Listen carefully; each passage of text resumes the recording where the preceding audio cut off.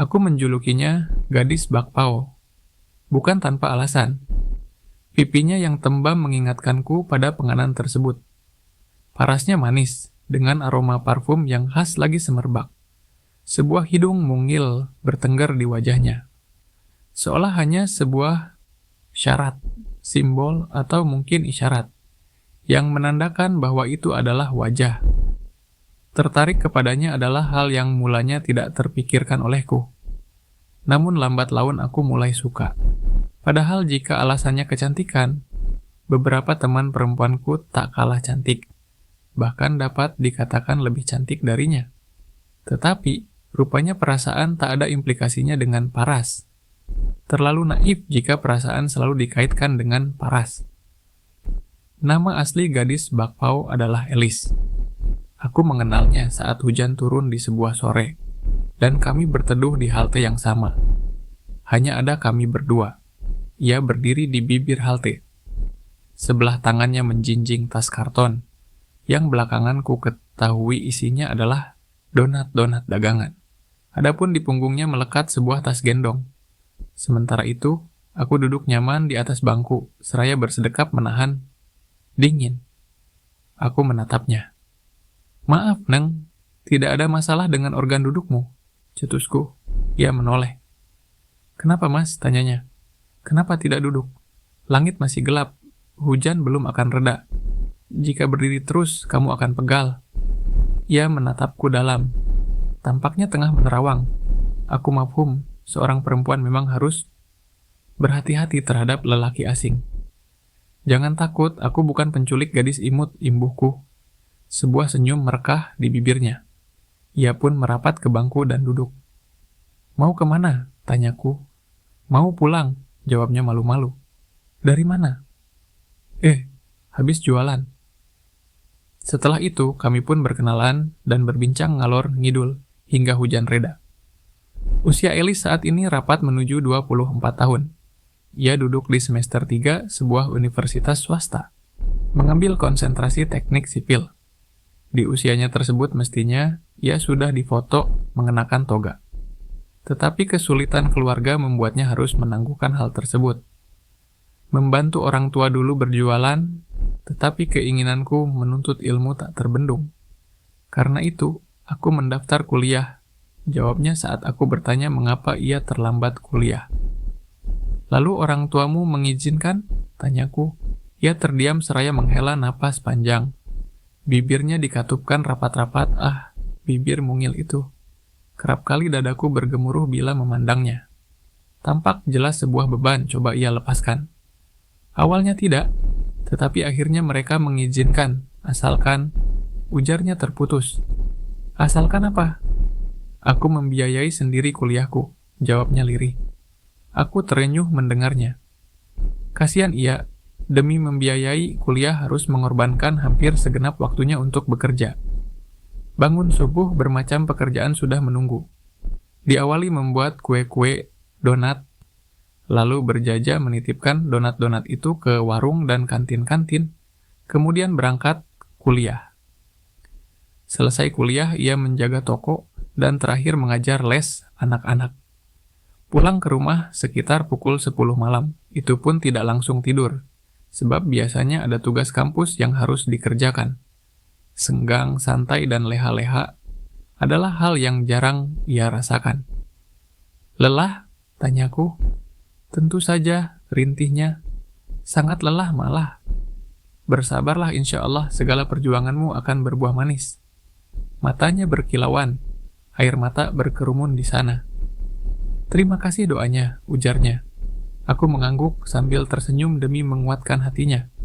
Ia membalas senyumku. Manis. Telak mengalahkan gula-gula. Aku berharap senyum itulah yang nanti kulihat setiap pagi, saat pertama membuka mata. Semakin jauh mengenalnya, semakin kancap kekagumanku padanya. Mungkin dari sana pula merambat perasaan suka ke dalam hatiku yang kemudian berubah menjadi cinta. "Tapi aku tidak mungkin pacaran, Mas," ujarnya. "Siapa yang mengajak pacaran?" "Aku hanya mengatakan menyukaimu," timpalku. Ia terdiam, rikuh, atau mungkin bingung harus berkata apa. Jadi bagaimana? Tanyaku. Bagaimana apanya? Apa kamu juga menyukaiku? Ia terperanjat, tampaknya tak menyangka akan ditohok dengan pertanyaan semacam itu. Untuk ukuran lelaki, aku memang berani, terlalu berani.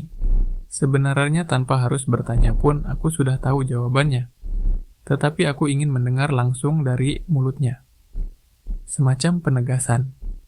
Kiranya bahasa nonverbal, semisal tatapan mata, nada bicara, dan ekspresi wajah, saat ia berbicara denganku tak cukup memuaskanku.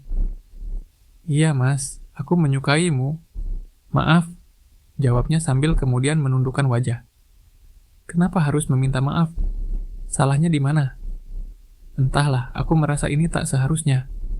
Tak seharusnya? Apa maksudmu? Ia terdiam. Berjenak-jenak suasana menjadi hening. Kami sibuk dengan pikiran masing-masing.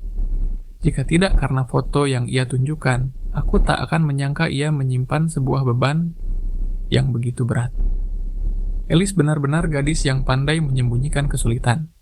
Dengan wajah yang selalu tampak ceria. Seorang psikolog sekalipun akan kesulitan untuk mengetahui apa yang tersembunyi dalam hatinya. Beban apa yang sebenarnya kamu pendam? Tanyaku. Aku memang mampu menerka watak, perasaan, atau mungkin beban seseorang melalui sebuah foto. Dan terkaanku hampir selalu tepat. Ia terkejut. Maksud mas? Ia balik bertanya. Mungkin aku salah, tetapi aku mengira kamu memiliki sebuah beban yang sangat berat. Sejenak ia terdiam. Mas benar, aku memang memiliki sebuah beban, keluhnya. Mau bercerita? Barangkali aku bisa membantu. Kalaupun tidak membantu, setidaknya hal itu akan membuatmu sedikit plong. Ia menatapku, ragu. Perkenalan yang telah berjalan selama beberapa bulan tak lantas membuatnya percaya penuh kepadaku. Aku tak memaksa, hanya menawarkan, imbuhku. Dihelanya napas dalam-dalam. Beberapa tahun lalu ibuku mengalami kecelakaan. Itu membuatnya kehilangan ingatan. Sampai saat ini ia tak bisa mengurusi keperluannya sendiri. Sedangkan ayah terlibat banyak utang kepada bank sehingga kami harus kehilangan semua harta, termasuk rumah, jawabnya pilu. Aku terdiam demi menyimak dan membiarkannya terus bicara. Itu sebabnya aku ingin membantu mereka. Aku tak ingin memikirkan banyak hal, tambahnya. Apakah pacar termasuk dalam banyak hal itu? Apalagi itu sangat tidak penting. Lalu bagaimana dengan pernikahan? Aku menaruh harap ia akan merespons pertanyaanku sesuai dengan yang ku kehendaki. Tidak berbeda. Itu masih sangat jauh, jawabnya. Aku terdiam. Terus terang, ada perasaan kecewa merasuk ke hatiku. Harus kuakui setelah berpacaran menjadi hal yang tak mungkin. Pernikahan menjadi satu-satunya harapanku kepadanya. Selama ini aku selalu berusaha menyembunyikan bebanku. Itu selalu berhasil kepada orang-orang, tetapi tidak kepada Mas. Sambungnya. Kemudian tersenyum. Aku terharu. Matanya berkaca-kaca. Rupanya ada hal lain yang membuat ia belum mau memikirkan pernikahan. Bukan sekadar ingin membantu orang tua, tetapi ada semacam skeptis terhadap laki-laki yang membuatnya takut untuk menikah. Aku takut, Mas. Keluhnya di suatu senja menjelang maghrib. Kenapa? Tanyaku. Entah mengapa aku sering melihat KDRT. Orang-orang di sekitarku selalu mengalaminya, baik itu sepupu, kerabat, ataupun tetangga. Dan itu cukup memengaruhi mentalku. Tak bisa disalahkan, kebanyakan orang memang membentuk paradigma, berdasarkan apa yang pernah diterima oleh panca inderanya. Mungkin di mata Elis suami adalah makhluk berotot yang mudah menampar, memukul, dan menyiksa, yang jika sudah bosan akan meninggalkan istrinya begitu saja. Padahal tidak semua seperti itu. Masih ada suami yang memiliki hati, lemah lembut, serta bertanggung jawab. Jadi kamu tak ingin menikah denganku? Tanyaku. Ia terperanjat. Tampaknya tak mengira obrolan akan menjurus ke sana. Maksud Mas apa? Tanyanya. Apakah kamu tidak ingin ku peristri? Mas sedang bercanda, kan? Apakah menurutmu hal seperti ini lucu jika dijadikan bahan candaan? Elis terdiam. Kenapa diam? Tanyaku karena mendapati ia hanya terdiam. Tidak apa-apa, aku hanya sedang berpikir. Mungkinkah ada seseorang yang kusukai dan ia pun menyukaiku? Jadi kesimpulannya apa? Kesimpulan yang mana? Jawaban pertanyaanku. Sejenak ia terdiam. Mas tahu sendiri hidupku susah, cetusnya. Lalu? Aku tak ingin merepotkan suamiku, jawabnya. Sekarang saja aku harus banting tulang sedemikian rupa, agar bisa tetap kuliah. Itu benar-benar melelahkan. Dan jika sudah bersuami, beban itu tentu akan berpindah kepada suamiku. Aku tak mau hal itu terjadi, kasihan. Tapi aku tak keberatan. Tak mengapa sulit dan lelah asalkan kita selalu bersama. Ada banyak air mata berdesak di pelupuk matanya. Barangkali merasakan haru atau tengah bergelut dengan dilema yang merambahi perasaannya. Tidak, Mas. Izinkan aku menyelesaikan kuliah dulu supaya beban Mas tidak terlalu berat. Mas bisa menabung dulu untuk mempersiapkan pernikahan kita. Itu jika Mas mau menunggu. Kalau tidak, semoga Mas mendapatkan seseorang yang lebih baik dariku. Aku memandangnya dari balik rasa kecewa. Bentuk rahangnya yang bersegiek menyiratkan ia seorang yang memiliki pendirian kuat. Jika sudah berkata A, hampir mustahil berubah menjadi B. Elis mengangguk demi meyakinkanku. Adapun aku tetap terdiam, ragu apakah mampu menunggunya selama itu.